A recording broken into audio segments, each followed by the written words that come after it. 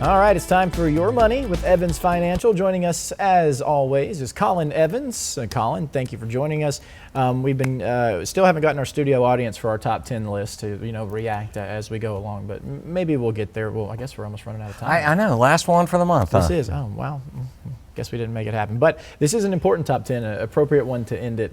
Reasons or ways to save money. Yeah, the top 10 ways to save money for 2025. So number 10, adopt a minimalist mindset. What we mean by that is, we can all get in the habit of those impulse purchases and just those things that we want to buy, and they feel that we have to have those needs.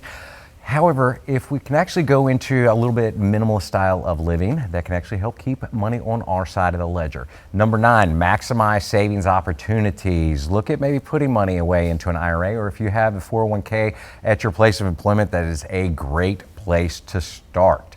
Number 8, reducing debt. I'm a big proponent of getting rid of debt, especially high interest debt such as credit cards or any of those quick loan money shops. Getting rid of that debt will pull so much of a burden off of your shoulders, not having to worry about that and interest eating up some of your assets. Number 7, building an emergency fund. As we've discussed time and time again, getting 3 to 6 months of expenses covered can actually help you prevent from having to dip into a savings account or going into credit cards for going actually backwards into a credit card debt situation. Number 6, shop smarter. I'm a gigantic fan of the Kroger points and using those for gas. It's a lot of our grocery stores and things like that offer points and point systems to save money. Those can be beneficial with keeping money in your pocketbook.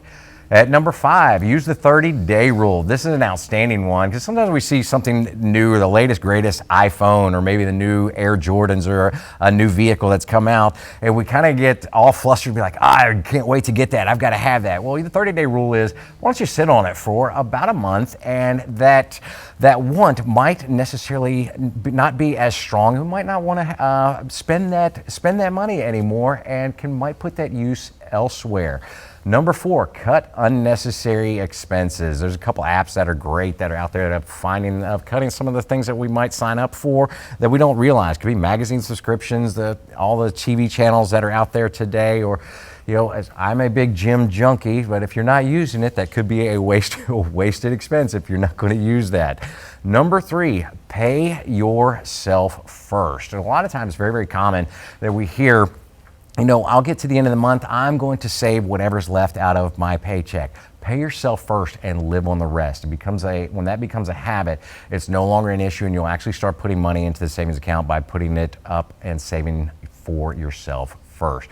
Number 2, set financial goals. Set some short-term ones and set long-term ones. Your long-term one could be that of retirement. Short-term could be, I'm planning for a vacation, or maybe we're revisiting that earlier one and trying to get that emergency fund up to 3 to 6 months worth. And then finally, create a budget. One of the biggest things that we can encourage is just creating a budget and living beneath your means. Kind of we'll say the un-American thing to do as our country goes continuously further and further in debt and spending money. Like we've got no limit on an American Express card, but however, we don't get to do that as individuals. So creating a budget can help prevent that overspending, so you're not having to go to those credit cards and dipping into those savings accounts. I didn't see DoorDash on there. I did it twice too this past weekend.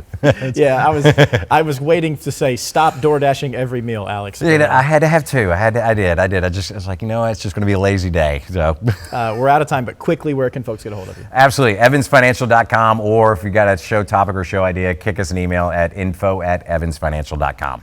Colin, you're the man. Let's go to Patrick.